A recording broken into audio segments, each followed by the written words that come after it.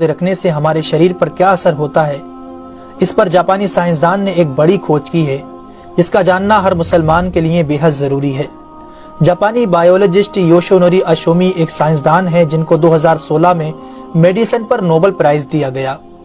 उनसे जब पूछा गया कि आपने कौन सी ऐसी चीज बनाई है जिसकी बिना पर आपको दुनिया का सबसे बड़ा इनाम नोबेल प्राइज दिया जा रहा है, तो उन्होंने कहा था कि मैंने कैंसर की मुमकिना दवा खोज ली है। और इस बात पर दुनिया ने बड़े पुरअंदाज में उनकी काविश को सराहा और मुबारकबाद दी गई। इसके बाद डॉक्टर योशिनोरी अशोमी ने कहा कि मैंने कैंसर की दवा नहीं बल्कि कैंसर से बचाव का हल तलाश कर लिया है। तो लोगों ने उनसे पूछा कि बताइए ऐसा क्या किया जाए कि कैंसर जैसे खतरनाक मर्ज से बचा जा सके। तो उन्होंने कहा कि जब हम भूखा रहते हैं तो हमारी बॉडी में मौजूद ग़िज़ाइयत खत्म होने लगती है, जिसकी वजह से जिस्म भूख महसूस करता है।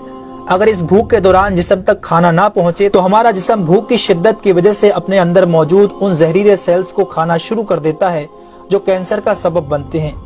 इस अमल को मेडिकल की लैंग्वेज में ऑटोफेगी कहा जाता है। अगर आप चाहते हैं कि आपका जिस्म ऐसे बीमार सेल्स से पाक हो तो आपको भूखा रहना चाहिए। जब ऐसे सेल्स मरना शुरू कर देते हैं तो कैंसर का परसेंटेज कम हो जाता है। इसके बाद जापानी साइंसदान से पूछा गया कि इंसान को साल भर में कितने दिन भूखा रहना चाहिए कि उसमें कैंसर ना पाया जाए। तो उन्होंने कहा कि अगर 20 से 25 दिन कम से कम और 9 से 10 घंटे भूखा रहा जाए तो उसकी बॉडी ऐसे तमाम जहरीले सेल्स को खा जाएगी और उसमें कैंसर नहीं होगा। ऐ मेरे प्यारे रब्बे करीम, आज हमें समझ आया कि मोमिन पर रोजे क्यों फर्ज किए गए। और आज मुझे उस अहादीस पाक की भी समझ आ गई जिसमें आप सल्लल्लाहु अलैहि वसल्लम ने फरमाया कि हर शय की ज़कात है और जिस्म की ज़कात रोजा है। सुभान अल्लाह, मैं कुर्बान जाऊं ऐसे सच्चे दीन पर जिसने इबादत के अंदर भी बीमारियों का इलाज रखा है। दोस्तों, इस्लाम वो दीन फितरत है जो जिंदगी के हर शोबे में राह एतदाल की तालीम देता है। इसलिए आज न सिर्फ मगरिब में ज्यादा खाने को नापसंद किया जाता है बल्कि इसे इंसानी सेहत के लिए भी नुकसानदेह समझा जाता है। अल्लाह ताला ने अपने प्यारे महबूब हजरत मोहम्मद सल्लल्लाहु अलैहि वसल्लम पर वही नाजिल फरमाई, खाओ पियो और हद से ना बढ़ो, बेशक वो हद से बढ़ने वालों को पसंद नहीं फरमाता। इसके अलावा हजरत अबू हुरैरा रज़ी अल्लाह तआला अन्हु से रिवायत है कि रसूल अकरम सल्लल्लाहु अलैहि वसल्लम ने इरशाद फरमाया, खाओ पियो और पहनो और खैरात करो बगैर फजूल खर्ची और तकब्बुर किए। दोस्तों, इंसान को खाने की सिर्फ थोड़ी सी मिकदार की जरूरत है जो इंसानी जिस्म में तवानाई पैदा कर सके, जितनी तवानाई इंसानी जिंदगी के लिए जरूरी है और जिससे उसकी सेहत अच्छी रहे और वो अपनी रोजमर्रा की जिम्मेदारियां पूरी कर सके। इंसानी जिस्म को जितना खाने की जरूरत है उससे ज्यादा जिस्म में दाखिल होने वाला खाना चर्बी बन जाता है, जिसकी वजह से इंसान का जिस्म बढ़ जाता है, उसकी रफ्तार सुस्त हो जाती है और वो बहुत ज्यादा थकन महसूस करने लगता है।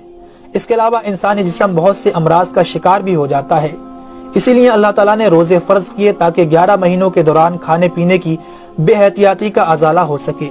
कुरान पाक में अल्लाह ताला ने रोजे रखने का हुक्म इन अल्फाज में बयान फरमाया है, ऐ ईमान वालों, तुम पर रोजे फर्ज किए गए जैसे कि तुमसे पहलों पर रोजे फर्ज किए गए थे ताकि तुम परहेजगार बन जाओ।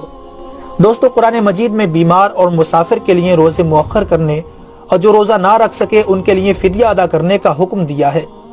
इसके बाद रोजा रखने की हिकमत इन अल्फाज में बयान फरमाई, और तुम्हारे लिए रोजा रखना ही बेहतर है अगर तुम जानते हो। दरअसल यहाँ ये बताया गया है कि अगर तुम मौजूदा इल्म को समझते हो तो तुम्हारे लिए बेहतर यही है कि तुम रोजे रखो, क्योंकि रोजा अपने अंदर बेशुमार रूहानी, नफ्सियाती और तिब्बी फायदों को रखता है।